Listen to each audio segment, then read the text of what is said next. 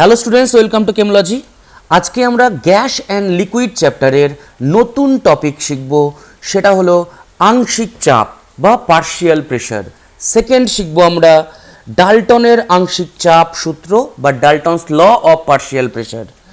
তৃতীয় আমরা শিখব ডাল্টন সূত্রের প্রয়োগ, আমরা কোথায় কোথায় ডাল্টনস লকে অ্যাপ্লাই করব। আর আমরা কি শিখব, গাণিতিক সমস্যা ও সমাধান, অর্থাৎ ম্যাথমেটিক্যাল প্রবলেম অ্যান্ড সলভ। ঠিক আছে, তো শুরু করছি আজকের ক্লাস। দেখো, আমরা আজকে শিখব আংশিক চাপ। দেখো, আংশিক চাপ কি? আংশিক চাপ হলো, ধরো এই আমাদের একটা ডায়াগ্রাম দেওয়া আছে, এখানে আমাদের বিভিন্ন গ্যাস দেওয়া আছে। এখানে আমি নর্মালি দু রকমের গ্যাস নিয়েছি, একটা আমরা ব্লু কালারের দেখতে পাচ্ছি, একটা রেড কালারের দেখতে পাচ্ছি। দেখো, ডিফারেন্ট গ্যাস আছে, এরা কি নিজেদের মধ্যে কেমিক্যাল রিয়াকশন করবে না। ঠিক আছে, যেমন ধরো আমাদের যে অ্যাটমসফিয়ারে যে গ্যাসগুলো আছে, যেমন নাইট্রোজেন, হাইড্রোজেনের কথা বলছি, এরা নর্মালি কেমিক্যাল রিয়াকশনে অংশগ্রহণ করবে না। তো এরকম গ্যাস যখন আমরা কোনো একটা বদ্ধ পাত্রে নিব, ঠিক আছে, তখন তারা ইন্ডিভিজুয়াল, তারা পৃথকভাবে গ্যাসের পাত্রের দেয়ালে যে পরিমাণ চাপ প্রয়োগ করবে, সেটাকে আমরা উক্ত গ্যাসের আংশিক চাপ বলবো।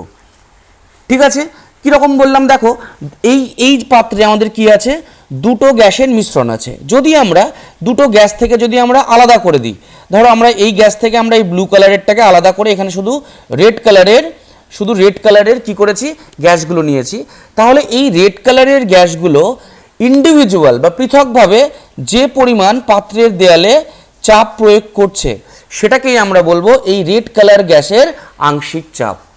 ঠিক আছে, দেখো, যদি আমরা এই পাত্রে, এই ভেসেলে যদি আমরা শুধু ব্লু কালারের গ্যাসগুলো নিই, তাহলে ইন্ডিভিজুয়াল এই ব্লু কালারের গ্যাসগুলো যে পরিমাণ পাত্রের দেয়ালে চাপ প্রয়োগ করছে, সেটাকে আমরা কি বলবো, এই ব্লু কালার গ্যাসের আংশিক চাপ।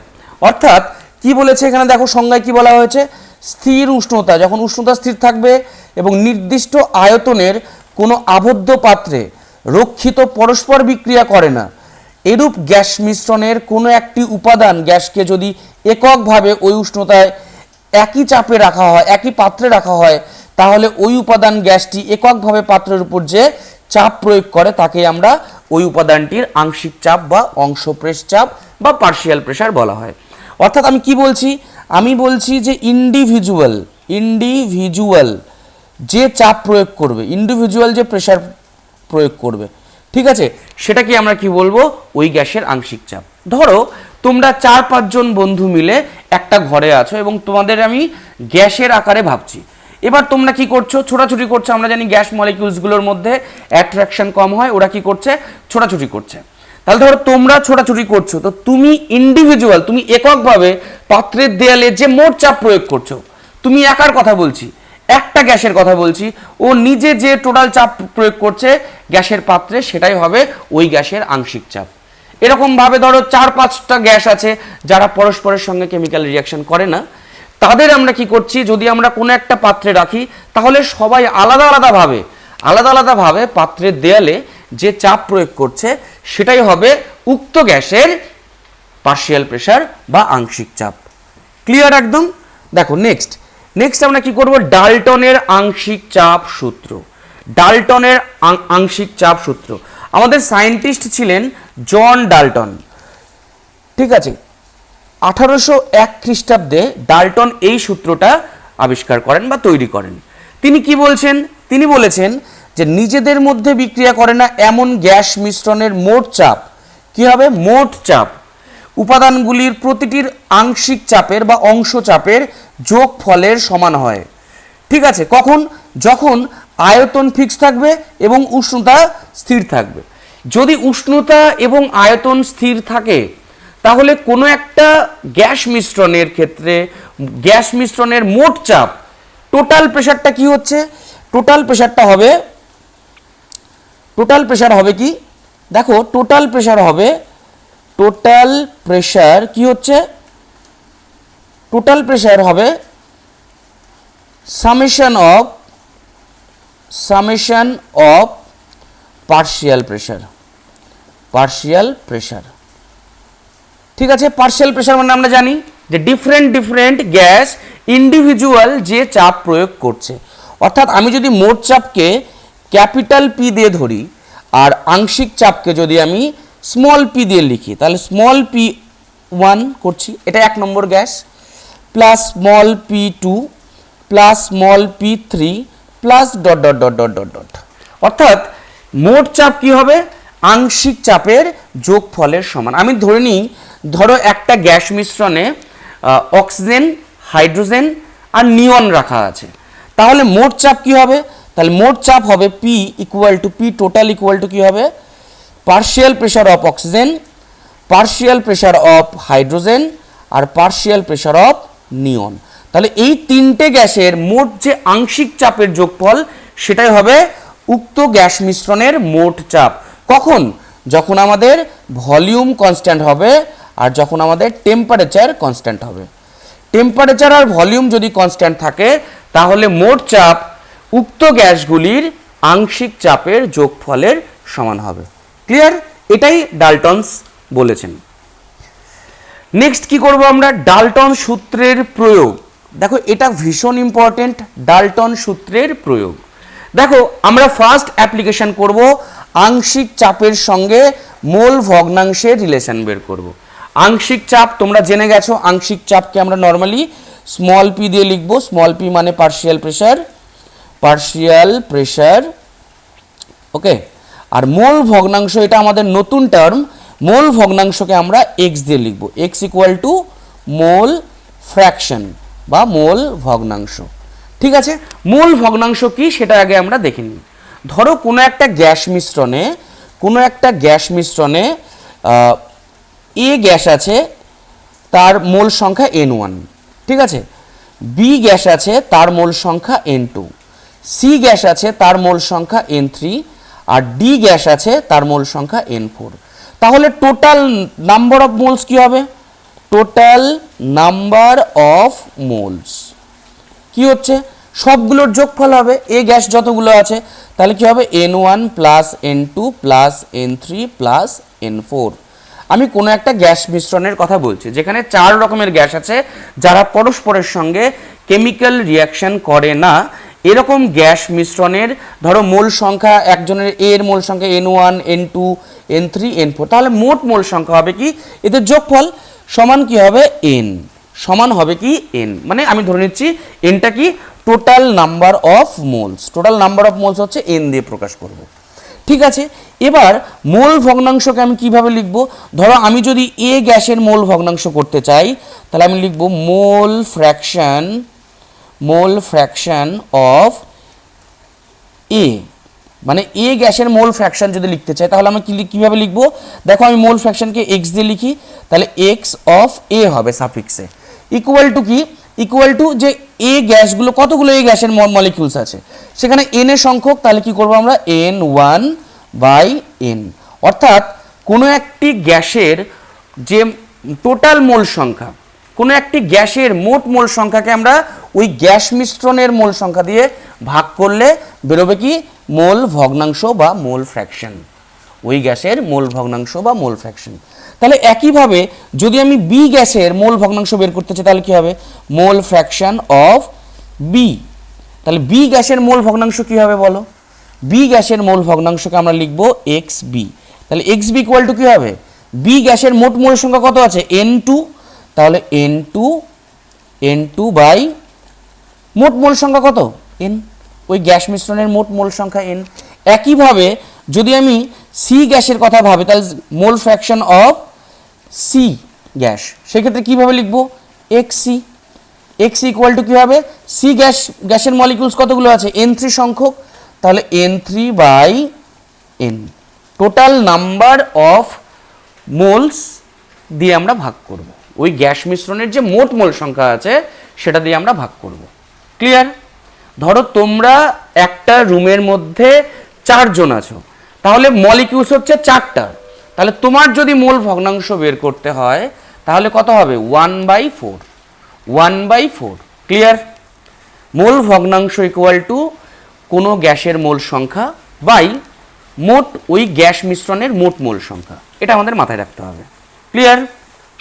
Very good. তাহলে দেখো আমরা মোল ভগ্নাংশ আমরা শিখে গেলাম। এবার আমরা কি করব, পার্শিয়াল প্রেসারের সঙ্গে মোল ভগ্নাংশের আমরা রিলেশন বের করব। পার্শিয়াল প্রেসারের সঙ্গে মোল ভগ্নাংশের রিলেশন বের করব। চলো আমি দেখে নিচ্ছি। দেখো ডাল্টনস ল থেকে আমরা কি জানি, ডাল্টনস ল থেকে জানি আমরা P equal two P1 plus P2 plus P3 plus P4 plus dot dot dot dot dot এরকম আছে। মোট মোল সংখ্যা, মোট চাপ কি হবে, আংশিক চাপের সমষ্টি। মোট চাপ আংশিক চাপের সমষ্টি। দেখো এই পি হচ্ছে মোট মোল সংখ্যা, মোট প্রেসার, মোট চাপ, তাই তো। আর P1 কি, আংশিক চাপ। তাহলে P1 ইকুয়াল টু কি হচ্ছে, দেখো P1 ইকুয়াল টু আমরা কি লিখবো, তাহলে P1 কার হবে, N1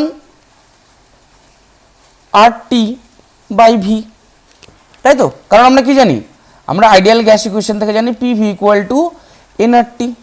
তাহলে এখানে যদি আমি P1 করি এবং আয়তন যদি ফিক্স থাকে, টেম্পারেচার যদি ফিক্স থাকে, তাহলে P1V ইকুয়াল টু কী হবে, N1 RT, কারণ R কনস্ট্যান্ট, T কনস্ট্যান্ট রেখেছি আমরা। দেখো এখানে পরিষ্কারভাবে বলে দিয়েছি যে সেই ক্ষেত্রে কিন্তু T কনস্ট্যান্ট থাকবে, ঠিক আছে। তাহলে আমাদের কি হচ্ছে দেখো এই ক্ষেত্রে, তাহলে P1V ইকুয়াল টু এটা, অতএব P1 কি হচ্ছে, P1 equal to N1 RT by V, clear. একইভাবে তাহলে P2 কি হবে, P2 হবে N2 RT বাই ভি। একইভাবে P3 কি হচ্ছে, N3 RT বাই ভি।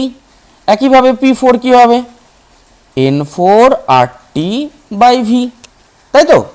এবার আমাদের এই যে আমাদের মোট চাপ আছে, এই মোট চাপ মানে কি আমরা জানি, P ইকুয়াল টু কি, P ইকুয়াল টু কে বলো, P1 plus P2 plus P3 এরকম। তো P ইকুয়াল টু আমরা কি জানি, আইডিয়াল গ্যাস ইকুয়েশন থেকে P ইকুয়াল টু জানি nRT বাই ভি। এটা আইডিয়াল গ্যাস ইকুয়েশন থেকে আমরা জানি, যেখানে nটা কি, n হচ্ছে ওই গ্যাস মিশ্রণের মোট চাপ, সরি মোট মোল সংখ্যা, ওই গ্যাস মিশ্রণের মোট মোল সংখ্যা। তাহলে P equal to nRT by V, এটাকে আমরা 1 নম্বর সমীকরণ ভাবছি।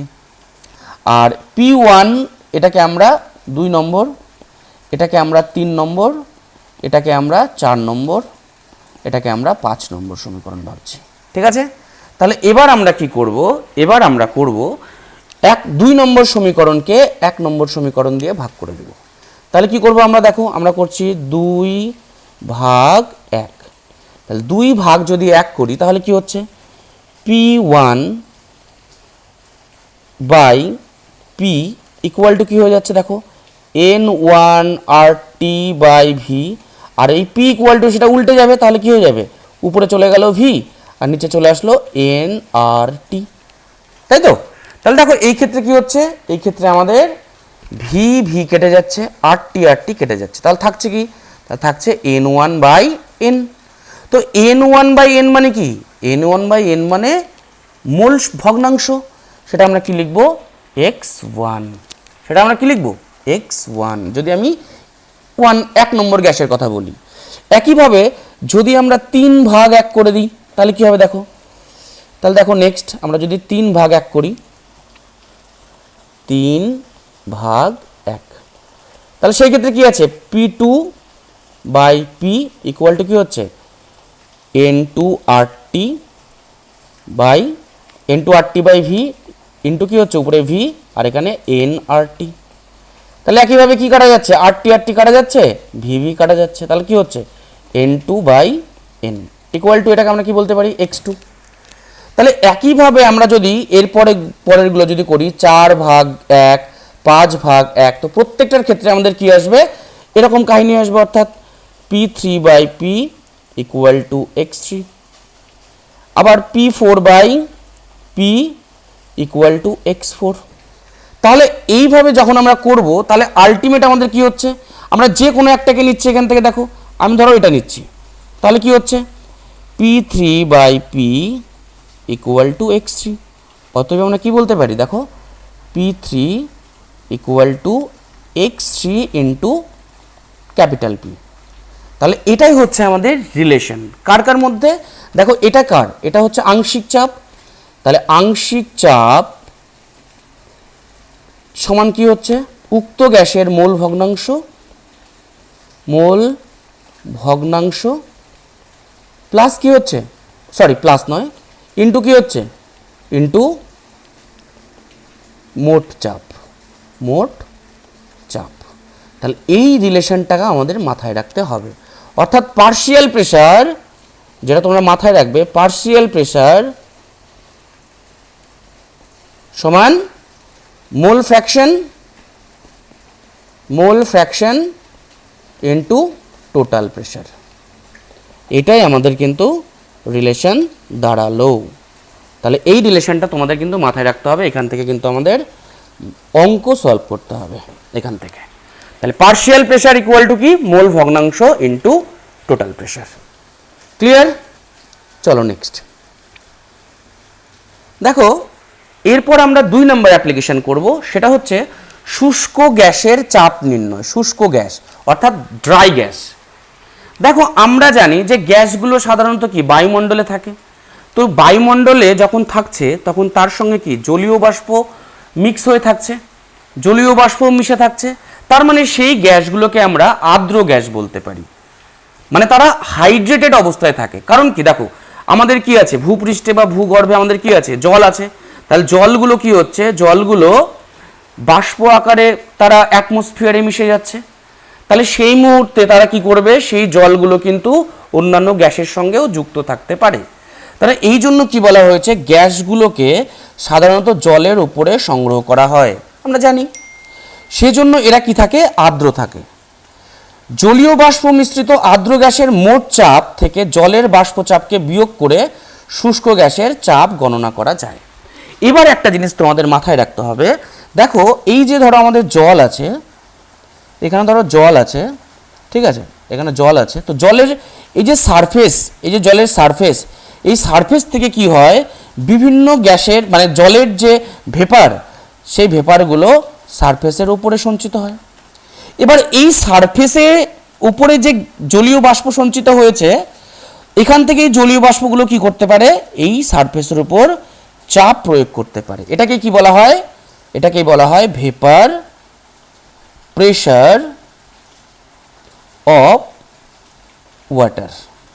তাহলে জলের ভেপার প্রেশার কোনটা, জলের যে বাষ্প জলের পৃষ্ঠতলে চাপ প্রয়োগ করছে, সেটাকে আমরা কি বলবো, ভেপার প্রেশার অফ ওয়াটার, বা সেটাকেই আমরা কি বলতে পারি, অ্যাকুয়াস টেনশন। আমরা কি বলতে পারি, এই ভেপার প্রেশারটাকে আমরা কি বলতে পারি, অ্যাকুয়াস টেনশন। ঠিক আছে? তাহলে তোমরা মাথায় রাখবে। দেখো তাহলে কি আছে, তাহলে যখন কোনো আমাদের শুষ্ক, ধরো আমরা এরকম একটা কোনো পাত্র নিয়েছি, সেখানে জলও আছে, তার উপরে বিভিন্ন গ্যাসও আছে। তখন এই যে গ্যাসের মোট চাপ হচ্ছে, তার মধ্যে কি এই যে জলীয় বাষ্প দ্বারা প্রদত্ত চাপ, সেটাও গণনা হচ্ছে। তো যার জন্য আমরা যদি কোনো ড্রাই গ্যাসের, শুধুমাত্র ড্রাই গ্যাসের যদি চাপ নির্ণয় করতে চাই, তাহলে আমরা কি করব, চাপ, প্রেশার অফ ড্রাই গ্যাস। এই ড্রাই গ্যাসের যদি চাপ, তাহলে কি হচ্ছে, কি হবে বলো, তাহলে টোটাল যে আমাদের প্রেশার আছে, টোটাল প্রেশার থেকে আমাদের কি করতে হবে, আমাদের জলের যে ভেপার প্রেশার, সেটাকে আমাকে মাইনাস করতে হবে। অর্থাৎ কি, ভেপার প্রেশারকে আমরা কি বলবো, অ্যাকুয়াস টেনশন। তাহলে মাইনাস অ্যাকুয়াস টেনশন। ঠিক আছে? তাহলে ড্রাই গ্যাসের ক্ষেত্রে যদি আমি চাপ নির্ণয় করতে চাই, আর আমাদের যদি অ্যাকুয়াস টেনশন দেওয়া থাকে বা জলীয় টান দেওয়া থাকে, জলীয় টান, তাহলে সেটাকে আমরা কি করব, মোট চাপ থেকে বিয়োগ করে দেব। সেটাকে আমরা মোট চাপ থেকে বিয়োগ করে দেব। তাহলে আমরা ড্রাই গ্যাসের কিন্তু চাপ নির্ণয় করতে পারবো। ঠিক আছে? কারণ আবার বলছি, কোনো একটা গ্যাস মিশ্রণে ধরো আমাদের নিচে জল আছে আর উপরে গ্যাস আছে, তাহলে কি হচ্ছে, সেই ক্ষেত্রে গ্যাসগুলো তো ইন্ডিভিজুয়াল চাপ প্রয়োগ করছে, তাই তো? এবার যে জল আছে, জলের সারফেস থেকে জলীয় বাষ্প কি হচ্ছে, জলের সারফেস থেকে জলের কণাগুলো বাষ্পে রূপান্তরিত হচ্ছে, তারা গিয়েও দেয়ালে চাপ প্রয়োগ করছে। তাহলে দুজনের মিলে মোট চাপ তৈরি হচ্ছে। তাহলে আমরা যদি শুধুমাত্র ড্রাই গ্যাসের চাপ নির্ণয় করতে চাই, তাহলে কি করতে হবে, আমাদের টোটাল চাপ থেকে জলের যে টান আছে, জলীয় টান বা অ্যাকুয়াস টেনশন, বা যেটাকে আমরা ভেপার প্রেশার অফ ওয়াটার বলছি, সেটাকে মাইনাস করতে হবে। ক্লিয়ার? ওকে, ভেরি গুড। দেখো নেক্সট আমরা কি করব, নেক্সট এখানে একটা ডেটা দেওয়া আছে অ্যাকুয়াস টেনশনের। অ্যাকুয়াস টেনশন অফ ওয়াটার মানে কি বলছি আমি, ভেপার প্রেশার। অ্যাকুয়াস টেনশন মানে কি বলছি, ভেপার প্রেশার। দেখো একটা জিনিস তোমরা মাথায় রাখবে, এই যে আমাদের ধরো কোনো একটা পাত্র আছে, এই পাত্রে ধরো এখানে জল আছে, হ্যাঁ, তাহলে কি বাষ্পটা কোত্থেকে হবে? শুধুমাত্র এই সারফেস থেকে। এই সারফেস থেকে শুধুমাত্র ভেপারাইজেশন হয় বা বাষ্পায়ন হয়। তাহলে বাষ্পগুলো উপর দিকে উঠছে, ঠিক আছে, বাষ্পগুলো উপর দিকে উঠছে, এবং এই যে বাষ্পগুলো আছে এই বাষ্প তারা কি করতে পারে? সারফেসে প্রেশার দিতে পারে, এটাকে আমরা ভেপার প্রেশার বলি। এবার দেখো, যদি আমাদের টেম্পারেচার আমরা ইনক্রিজ করে দিই, টেম্পারেচার যদি আমরা বাড়িয়ে দিই, তাহলে কি হবে? সারফেস থেকে বেশি সংখ্যক জলীয় কণাগুলো কি হবে? বাষ্পে রূপান্তরিত হবে। কেন? কারণ যখন টেম্পারেচার বাড়ানো হবে তখন সেই ক্ষেত্রে কি হবে? জল কণাগুলির মধ্যে ভাইব্রেশন বাড়বে, তাদের গতিশক্তি বাড়বে, এবং তারা খুব সহজেই লিকুইড থেকে ভেপার হতে পারবে। তারা খুব সহজেই লিকুইড থেকে ভেপার হতে পারবে, এবং এর ফলে কি হবে? বেশি বেশি এখানে ভেপার তৈরি হবে, এবং বেশি বেশি যদি ভেপার তৈরি হয় তাহলে বেশি পরিমাণ সারফেসের উপর চাপ প্রয়োগ হবে, তাই তো? তো এই জন্য দেখো এখানকার যে ডেটাগুলো দেওয়া আছে ক্লিয়ার তোমরা বুঝবে এখান থেকে। দেখো এক্ষেত্রে 273.15 কেলভিন অর্থাৎ 0 ডিগ্রি সেন্টিগ্রেডের কথা বলা হয়েছে। 0 ডিগ্রি সেন্টিগ্রেডে ভেপার প্রেশারটা কত? 0.0060। একটু টেম্পারেচার বাড়ালাম আমরা, 10 ডিগ্রি সেন্টিগ্রেড বাড়ালাম। 10 ডিগ্রি সেন্টিগ্রেড বাড়ানোর ফলে কি হলো? দেখো এই ক্ষেত্রে ভেপার প্রেশারটা বেড়ে গেল 0.0121। ঠিক আছে, আবার দেখো আমরা 5 ডিগ্রি সেন্টিগ্রেড বাড়ালাম, এর ফলে আরও বাড়ছে। তারপর দেখো এইভাবে আমরা টেম্পারেচার বাড়াচ্ছি আর কি হচ্ছে? ভেপার প্রেশারগুলো বাড়ছে। এবং যখন আমরা 303 অর্থাৎ 30 ডিগ্রি সেন্টিগ্রেডে নিয়ে যাচ্ছি তখন আমাদের ভেপার প্রেশার কী হয়ে গেল? 0.0418। অর্থাৎ টেম্পারেচার যত ইনক্রিজ করছি আমরা তত কি হচ্ছে? তত ভেপারাইজেশন ইনক্রিজ হচ্ছে। ভেপারাইজেশন অর্থাৎ বাষ্পায়ন বাড়ছে, এবং বাষ্পায়ন যত বাড়বে তত ভেপার প্রেশার ইনক্রিজ করবে। এই ভেপার প্রেশারটাকে কি বলা হচ্ছে? ভেপার প্রেশারটাকে বলা হচ্ছে অ্যাকুয়াস টেনশন, অর্থাৎ AQ, অ্যাকুয়াস টেনশন ইনক্রিজ করছে। ক্লিয়ার? তাহলে এখান থেকে আমরা ডেটা থেকে কিন্তু আমরা এই জিনিসটা বুঝতে পারছি। চলো নেক্সট। এবার দেখো এখানে কিছু আমাদের গাণিতিক সমস্যা এবং সমাধান আমরা করব। দেখো ফার্স্ট আমাদের যেটা দেওয়া আছে, খুব সুন্দর একটা কোশ্চেন, NCERT থেকে নেওয়া হয়েছে। দেখো এখানে ফার্স্ট যেটা দেওয়া হয়েছে নিয়ন এবং ডাইঅক্সিজেন। ডাইঅক্সিজেন মানে কি বলছে? O2, আর নিয়ন মানে Ne। গ্যাসের একটি মিশ্রণে 70.6 গ্রাম ডাইঅক্সিজেন আছে। তাহলে অক্সিজেন আছে কতটা? O2 আছে, আমরা ডান দিকে করছি গিভেন ডেটা করে, এদিকে আমরা লিখছি গিভেন ডেটা। ঠিক আছে, দেখো এই ক্ষেত্রে আমাদের তাহলে অক্সিজেন আছে কতটা? 70.6 গ্রাম। ঠিক আছে, 70.6 গ্রাম আছে। আর নিয়ন আছে কতটা? দেখো এই ক্ষেত্রে নিয়ন আছে 167.5 গ্রাম নিয়ন আছে। ক্লিয়ার? আর মোট চাপ কি আছে? মোট চাপ আছে 25 বার। 25 বার হচ্ছে মোট চাপ। তবে ওই মিশ্রণে ডাইঅক্সিজেন এবং নিয়ন গ্যাসের আংশিক চাপ নির্ণয় করতে হবে। অর্থাৎ আমাকে কি নির্ণয় করতে হবে? P of O2 and P of Ne, এই দুটো আমাদের নির্ণয় করতে হবে। ক্লিয়ার? দেখো আমরা কি জানি? আমরা জানি আংশিক চাপের সূত্র আমরা জানি যে PI equal to XI into capital P। অর্থাৎ কোনো গ্যাসের আংশিক চাপ সমান ওই গ্যাসের মোল ভগ্নাংশ ইন্টু মোট চাপ। তাহলে দেখো এই ক্ষেত্রে আমাদের কি দেওয়া আছে? এই ক্ষেত্রে আমাদের দেওয়া আছে গ্রামে দেওয়া আছে। তাহলে একে আমরা প্রথমে মোলে প্রকাশ করব যে কত মোল আছে। তাহলে অক্সিজেনের মোল সংখ্যা কত হবে? অক্সিজেনের মোল সংখ্যা তাহলে N of O2 কত হচ্ছে? দেখো তাহলে আমরা কি মোল সংখ্যা বের করতে গেলে কি করতে হয়? যত গ্রাম আছে তার আণবিক ভর দিয়ে ভাগ করতে হবে। অর্থাৎ 70.6 ভাগ অক্সিজেনের আণবিক ভর কত? অক্সিজেনের আণবিক ভর 32 আমরা জানি, 32 গ্রাম মোল ইনভার্স, 32 গ্রাম মোল ইনভার্স। তাহলে আমাদের ক্যালকুলেশন করে কি হচ্ছে? এটা 2.21 এত মোল ইনভার্স। ঠিক আছে, সরি এত মোল। ঠিক আছে, একইভাবে নিয়নের ক্ষেত্রে আমাদের তাহলে কি করব? মোল সংখ্যা বের করব N of Ne। মোল সংখ্যাকে আমরা N দিয়ে প্রকাশ করি, তাহলে N of Ne। ঠিক আছে, তাহলে সেই ক্ষেত্রে আমরা কত? আমরা নিয়নের মোল সংখ্যা জানি, sorry molecular weight, atomic weight কত জানি? 20। তাহলে কি হচ্ছে 167.5/20। তাহলে এই ক্ষেত্রে আমাদের কত ভ্যালু আসবে 8.375 মোল, এটা দেওয়া আছে। ঠিক আছে, তাহলে মোল সংখ্যা আমরা পেয়ে যাচ্ছি। তাহলে দেখো টোটাল মোল সংখ্যা কত হচ্ছে, তাহলে total moles, total number of mole, total number of mole কত, তাহলে 2.21 প্লাস 8.375, তাহলে ইকুয়াল টু কত হচ্ছে, ইকুয়াল টু আমাদের হচ্ছে 10.585, 585, হ্যাঁ ঠিক আছে 585 এত মোল হচ্ছে টোটাল মোল। তাহলে অক্সিজেনের মোল ভগ্নাংশ কত হবে, তাহলে এক্স অফ O2, তাহলে এক্স অফ O2 সমান কী হবে, অক্সিজেনের মোল সংখ্যা এটা, তাকে টোটাল মোল সংখ্যা দিয়ে ভাগ করব, তাহলে 2.21 বাই 10.585, তাই তো সমান কত হচ্ছে 0.21। দেখো 0.21 এর মোল সংখ্যা বেরিয়েছে, তাহলে নিয়নের মোল সংখ্যা কত হবে, x of any, x of any সমান আমরা কি করতে পারি 8.375 বাই 10.585, ঠিক আছে, তাহলে সেই ক্ষেত্রে আমাদের হচ্ছে কত 0.79, এটা আমাদের মোল ভগ্নাংশ বেরোলো। দেখো তোমরা এটাকে এইভাবেও বের করতে পারতে, যদি আমরা একটার মোল ভগ্নাংশ আমরা যদি বের করতে পারি তাহলে অপরের মোল ভগ্নাংশ আমরা 1 মাইনাস করলেই হয়ে যাবে। অর্থাৎ আমরা কি বলতে চাইছি, আমি বলতে চাইছি যে কোনো গ্যাস মিশ্রণের মোট মোল সংখ্যার মান সবসময় 1 হবে, অর্থাৎ x1 plus x2 plus x3 যাই থাকুক না কেন এর টোটাল সামেশন ইকুয়াল টু 1 হবে। অর্থাৎ একটার যদি আমরা বের করতে পারি তাহলে অপরেরটার বের করতে পারবো। ঠিক আছে, চলো তাহলে দেখো এই ক্ষেত্রে এবার আমরা কি করব, তাহলে মোল ভগ্নাংশ বেরিয়ে গেল, এবার আমরা সোজা প্রেসার বের করব। তাহলে পি অফ O2, তাহলে পি অফ O2 সমান কী হবে, আমরা জানি এর মোল ভগ্নাংশ 0.21, তার সঙ্গে আমরা মোট চাপ অর্থাৎ 25 বার যোগ করে দেব, 25 বার। তাহলে আমাদের টোটাল কত হচ্ছে,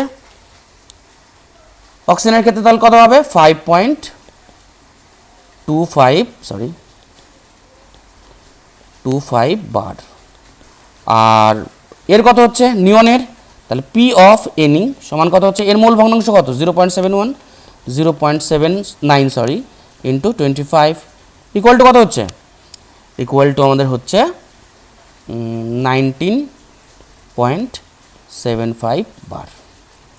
ঠিক আছে, দেখো এই দুটোকে যোগ করে দাও, দেখো আমাদের ভ্যালু চলে আসবে 25 বার। তাহলে নিয়ন সেই ক্ষেত্রে টোটাল চাপ প্রয়োগ করছে 19.75 বার, আর অক্সিজেন প্রেসার দিচ্ছে 5.25 বার। তাহলে এইভাবে আমরা কিন্তু অঙ্কগুলো করতে পারি। ঠিক আছে, প্রথমে আমাদের মোল ভগ্নাংশ বের করতে হবে, তারপর আমাদের আংশিক চাপ বের করতে হবে। ক্লিয়ার? দেখো নেক্সট একটা অঙ্ক দেখো, এই ক্ষেত্রে কি বলছে 1 বার চাপে কত আছে, 1 বার চাপে N2O2 একটি মিশ্রণে ওজন হিসাবে 80% N2 আছে। তাহলে N2 আছে কতটা, যদি আমরা ধরি যে টোটাল 100 গ্রাম আছে, টোটাল এটা আমরা ধরে নিচ্ছি, টোটাল 100 গ্রাম গ্যাস আছে, টোটাল মানে N2 আর O2 মিলে টোটাল কত 100 গ্রাম। তাহলে তার মধ্যে কি নাইট্রোজেন আছে 80%, মানে নাইট্রোজেন আছে, অতএব N2 আছে কতটা, N2 আছে 80 গ্রাম, আর তাহলে অক্সিজেন কতটা থাকবে 100 মাইনাস 80 মানে 20 গ্রাম, তাই তো। এবার আমরা N2 তো গ্রাম পেয়ে যাচ্ছি, তাহলে মোল সংখ্যা আমরা বের করব। তাহলে N2 মোল সংখ্যা কি করব, N অফ N2 সমান কি হচ্ছে, আমরা N2 কত জানি, N2 কত, N2 হবে 28, তাহলে 80/28 হচ্ছে, তাই তো। তাহলে এর যদি আমরা মোল সংখ্যা বের করতে যাই তাহলে আমাদের কত করতে হচ্ছে, 80/28 সমান কত হচ্ছে ভ্যালু 2.857। ঠিক আছে, এটা কি N2-র মোল সংখ্যা বেরোলো। ঠিক আছে, তাহলে O2-র মোল সংখ্যা যদি বের করতে, তাহলে N অফ O2 সমান কি হচ্ছে 20 বাই অক্সিজেনের কত 32, তাহলে কত হচ্ছে আমাদের 0.625 এত মোল সংখ্যা হচ্ছে। তাহলে দেখো এর মোল সংখ্যা এত হলো, তাহলে টোটাল মোল সংখ্যা কত হচ্ছে, টোটাল নাম্বার অফ মোল কত হচ্ছে বলো, তাহলে 2.857 আর কত হচ্ছে 0.625 সমান কত হচ্ছে 278 আর হচ্ছে এদিকে 4, তাহলে 1.4 কত হচ্ছে, ও সরি 2 আছে তাহলে 3 হয়ে যাচ্ছে না, তাহলে 3.482 হচ্ছে টোটাল ওই গ্যাস মিশ্রণের টোটাল মোল সংখ্যা। তাহলে N2 এর মোল ভগ্নাংশ কত হবে, তাহলে x অফ N2 সমান কি হচ্ছে 2.857 বাই 3.482, তাই তো। তাহলে N2 এর মোল ভগ্নাংশ হচ্ছে এটা, তাহলে ভ্যালু কত হচ্ছে 0.82। আর এর মোল ভগ্নাংশ অক্সিজেনের মোল ভগ্নাংশ কত হবে, তাহলে x অফ O2 সমান কি হচ্ছে 0.625 বাই টোটাল কত 3.482 সমান কত হচ্ছে, অক্সিজেনের ক্ষেত্রে ক্যালকুলেশন করে দেখো 0.18। দেখো আমি কি বলছিলাম যে দুজনের যোগফল সবসময় কি হবে 1 হবে। যদি আমরা এরকম ক্যালকুলেশন না করতাম এটার ক্ষেত্রে, তাও কিন্তু আমাদের হতো কি করে বের করতাম, দেখো আমরা করতাম x অফ O2 সমান 1 মাইনাস 0.82, তাও আমাদের বেরিয়ে যেত 0.18। মানে একটার মান যদি আমরা জানি তাহলে 1 দিয়ে ভাগ করলেই 1 দিয়ে বিয়োগ করলেই সেটা হয়ে যাবে। তাহলে আমাদের দেখো মোল ভগ্নাংশ বেরিয়ে গেল, তাহলে এবার আমাদের আংশিক চাপ বের করা তো সহজ। তাহলে P of N2 small p of N2 আংশিক চাপ সমান কি হচ্ছে, তাহলে N2 এর মোল ভগ্নাংশ ইনটু মোট চাপ, তো মোল ভগ্নাংশ কত 0.82 ইনটু মোট চাপ কত দেওয়া আছে, মোট চাপ দেওয়া আছে 1 বার, তাহলে সমান 0.82 বার। এটা কার N2 এর আংশিক চাপ। আর অক্সিজেনের আংশিক চাপ কি হবে, তাহলে P অফ O2 সমান কি হচ্ছে 0.18 ইন্টু 1 বার সমান 0.18 বার। তাহলে মোট চাপের মধ্যে নাইট্রোজেন কতটা প্রেসার দিচ্ছে 0.82 বার, আর অক্সিজেন কতটা প্রেসার দিচ্ছে 0.18 বার। দেখো তাহলে আমরা ডাল্টনস ল, পার্শিয়াল প্রেসার, অ্যাপ্লিকেশন, সমস্ত কিছু ম্যাথমেটিক্যাল প্রবলেম সলভ সমস্ত কিছু কিন্তু কভার করলাম। বুঝতে না পারলে অবশ্যই আমাকে কমেন্টে জানাবে। দেখা হচ্ছে খুব তাড়াতাড়ি।